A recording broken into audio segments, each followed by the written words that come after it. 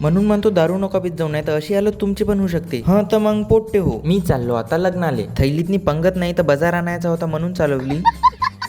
Hey my या वर्षीचं पहिलं लग्न होतं जिथे मी भाकर तुकडा तोडायला चाललो होतो. 80,000 के शूज, 80,000 के. ते विषय वेगळा की 1-2 शून्य मी माया ऐकून लावले.